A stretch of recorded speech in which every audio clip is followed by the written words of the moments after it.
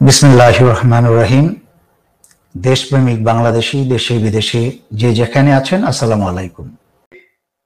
সাধারণ বাংলাদেশি কতটুকু খবর রাখছেন? যদিও বাংলাদেশের পত্রপত্রিকায় বেরিয়েছে যে লেবাননে ইসরায়েল পেজারের মাধ্যমে এবং ওয়াকি টকির মাধ্যমে বিস্ফোরণ ঘটিয়ে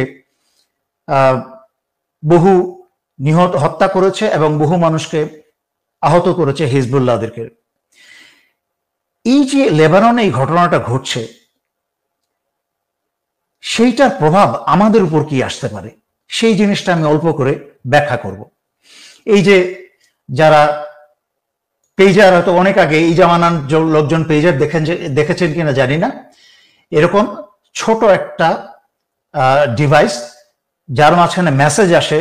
এটা আগে ব্যবহার হতো, যখন সেলফোন ছিল না তখন ব্যবহার হতো, এখন খুব একটা ব্যবহার হয় না। সেলফোনে যেহেতু কথা কি বলে এটাকে রেকর্ডিং করা যায়, আড়ি পাতা যায়, তাই এই ধরনের মেসেজিং এর মাধ্যমে হয়তোবা ওই ধরনের লেবাননে ব্যবহার করে।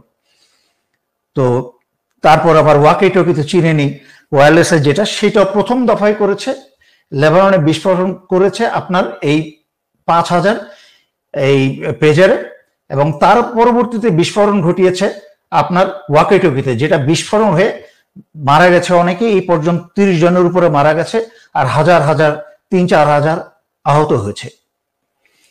এই কথাটা, প্রসঙ্গটা টানার উদ্দেশ্য কি? কারণ আমরা সবসময় গড্ডালিকা প্রবাহে এই 53টা বছর আমরা গা ভাসিয়ে দিয়েছি। আমরা নাটক, সিনেমা, রিল, তারপর আরো কত মস্করা, আমরা বাস্তবতা, আমাদের দেশের নিরাপত্তা, নিজের নিরাপত্তা নিয়ে কখনো আমরা চিন্তা করি নাই। কিন্তু আজকাল অনেক ছেলে মেয়ে বুদ্ধিমান হয়েছে, পড়াশোনা করে, কিন্তু তাও আবার সবাই গভীরভাবে চিন্তা করে না। গভীরভাবে চিন্তা করতে হবে যে এইটার আমাদের দৃষ্টি খোলা রাখতে হবে, যে এইটার ভবিষ্যৎ সম্ভাব্য প্রভাবটা কি। মনে রাখতে হবে, এই যে দেখেন পেজারটা, হিজবুল্লাহ পেজার 5000 অর্ডার করেছে তাইওয়ান থেকে, কিন্তু তাইওয়ানেরই অনুমোদিত লাইসেন্সকৃত আরেকটা কোম্পানি হাঙ্গেরিতে, তারা সেইটাকে সরবরাহ করেছে। এর মাঝখানে ইসরায়েল ঢুকে ওইসব প্রতিটা ডিভাইসের ভিতরে বিস্ফোরক লাগিয়ে দিয়েছে এবং সময় মতো তা দূরের থেকে সিগন্যাল দিয়ে বিস্ফোরণ ঘটিয়েছে। তার মানে দুনিয়ার এই শত্রুতা, ধ্বংসযজ্ঞ এবং স্যাবোটেজ কোন পর্যায়ে, কোন মাত্রায় নিয়ে গেছে, এইটার একটা উদাহরণ। আর ইসরায়েল যাই করে তাই কিন্তু ভারত অনুসরণ করে। এবং যেই ছবিটা দেখালাম পেজারের, এটা কিন্তু ভারতের পত্রিকাতেই প্রথমে ইন্ডিয়া টাইমস আসছে, হিসাব কিতাব দিয়ে, যে কিভাবে বিশদ ব্যাখ্যা দিয়ে আসছে, যে এটা কিভাবে তৈরি করা হয়, কিভাবে কি করা হয়। তাই আপনাদেরকে বলছি, দেখেন বাংলাদেশে ভারতের প্রচুর কোম্পানি আছে, একটু মনোযোগ দিয়ে শুনবেন আর চিন্তা করবেন। তাহলে কিন্তু প্রথমেই মনে করছেন যে আরে ইসরায়েল বোমা মারল লেবাননে, বাংলাদেশে আমরা কি করব? আমাদের উপর সম্পর্কটা কোথায় সেটাই বোঝানোর চেষ্টা করছি, এবং আপনাদের ভূমিকাটা কোথায়। সবসময় আমাকে জিজ্ঞেস করেন শত শত মানুষ, স্যার আমি কি করতে পারি, ভাই আমি কি করতে পারি, ভাইয়া আমি কি করতে পারি। সেই করতে পারেন, সেটার উত্তরটাই দিচ্ছি, কি করতে পারেন। বাংলাদেশে প্রচুর ভারতীয় কোম্পানি আছে, তার মাঝখানে উল্লেখযোগ্য ভারতীয় কোম্পানির মাঝখানে একটা হচ্ছে যেটা ওয়ারি টেলিকম থেকে ভারতী এয়ারটেল কিনে নিয়েছে এবং পরবর্তীতে সেটা রবিতে রূপান্তরিত হয়েছে। এই যে বাংলাদেশে লাখ লাখ আপনার গ্রাহক, তাদের কাছে এই রবির বা ভারতীয় টেলিফোন, ভারতীয় কানেকশন। তাহলে কি আপনি কি মনে করেন যারা যারা ভারত যখন বাংলাদেশ, দক্ষিণ এশিয়াতে আপনার বাংলাদেশ ছিল হচ্ছে তাদের, ভারত ছিল বাংলাদেশের উপর সবচেয়ে বেশি নির্ভরশীল, তাদের ব্যবসা বাণিজ্যের সকল সুবিধা চুরি করায় এবং দখল করায়। সেই বাংলাদেশ যখন তাদের হাতছাড়া হয়ে গেছে, তখন তাদের মাথা খারাপ হয়ে গেছে। তা তো আপনি ভারতীয় সকল মিডিয়াতে আগল পাগল ছাগল জঙ্গি মিডিয়াতে দেখছেন, চিৎকার করছে, লাফাচ্ছে। একই সাথে ভারতীয় রয়ের তথাকথিত হিন্দু নেতারা তারা প্রতিদিন কেবল আন্দোলনে নেমে যাচ্ছে বিনা কারণে, মিথ্যা কথার উপর ভিত্তি করে তারা প্রতিদিন চিৎকার করছে। এটা নিয়ে আমি আরেকদিন আলাদা প্রোগ্রাম করব, সেটা ব্যাখ্যা করব, আপনাদের করণীয় কি সেটা ব্যাখ্যা করব। তারপরে বলছি যে করছে এত চরিত্র ষড়যন্ত্র চলছে, এই যে আপনাদেরকে রবির মাধ্যমে এতগুলা দেয়া হয়েছে, এই যে যারা বাংলাদেশে বিভিন্ন ছাত্র নেতা, কি বলে এটাকে, উপদেষ্টা এবং বড় বড় জায়গায় এবং বাংলাদেশের যারা দেশপ্রেমী কথা বলে যাচ্ছে এবং যারা স্পষ্টত বিভিন্ন জায়গায় যাদের উপস্থিতি পরিলক্ষিত হচ্ছে বা ভারত বুঝতে পারছে ভারত তো এখন কিছু করতে পারছে না, কিন্তু আপনি কি করে জানেন ভবিষ্যতে, যেহেতু যারাই রবির টেলিফোন কিনছেন তারা তো সকল তো নাম ঠিকানা সব 14 গোষ্ঠী দিয়ে দিচ্ছেন, আপনার রেজিস্ট্রেশন রবির মাধ্যমে সোজা ভারত পর্যন্ত চলে যাচ্ছে। সুতরাং আপনার কাছে যে সেল ফোনটা একসময় দেওয়া হবে ওইটার ভিতরে যে বিস্ফোরক থাকবে না আপনি কি করে জানেন? আমাকে বলতে পারেন এই লোকটা পাগল, কিন্তু এই পাগলের কথাই কিন্তু কয়েক বছর পরে সত্যি হয়। সব সময় আগাম চিন্তা করতে হবে, পরিষ্কার চিন্তা করতে হবে। যত আগাম চিন্তা করবেন তত নিরাপদ থাকবেন, তত স্বাধীনতা তত নির্ভরশীল হবে, কি বলে নির্ভরযোগ্য হবে আপনি। সুতরাং ভারতীয় সকল কোম্পানির প্রোডাক্ট আপনাকে বন্ধ করতে হবে, এই রবির সিম আপনাদেরকে ত্যাগ করতে হবে।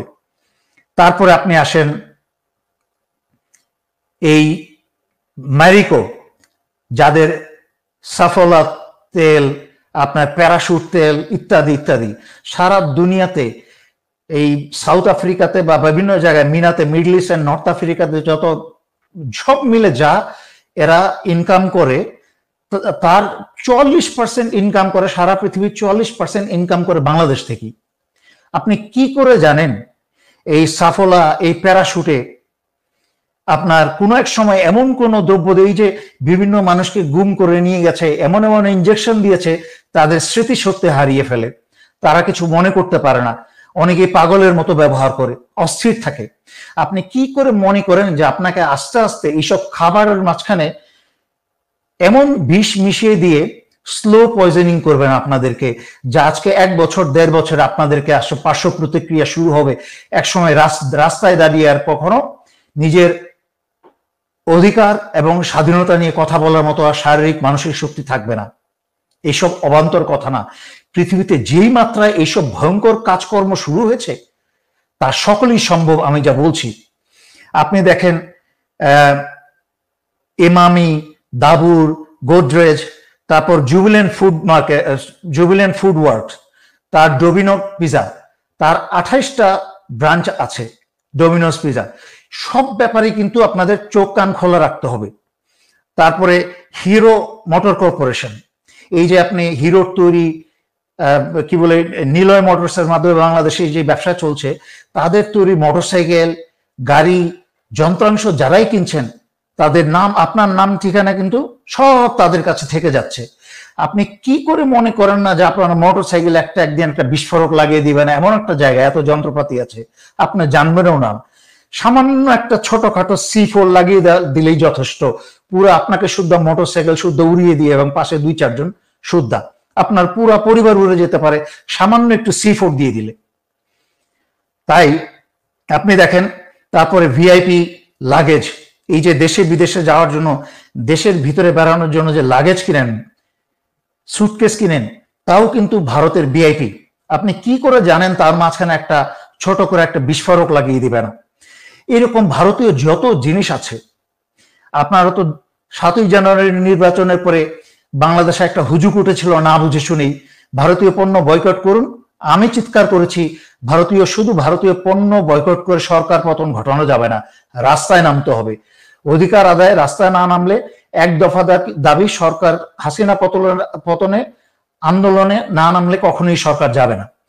আপনারা ফাইনালি করেছেন, করার কারণেই কিন্তু স্বৈরাচারী শেখ হাসিনা পালিয়েছে, ভারতীয় পণ্য বয়কটের কারণে না।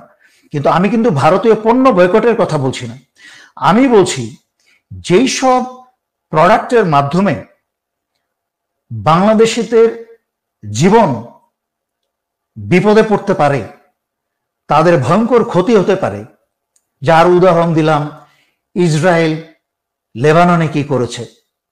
বাংলাদেশেও কিন্তু যখন দেখবে কোনোভাবেই ভারতীয় সরকারকে আর প্রতিষ্ঠিত করা যাচ্ছে না, তখন এমন হতে পারে বছর খানিকের মাথায় বাংলাদেশে এই ধরনের ঘটনা ঘটবে।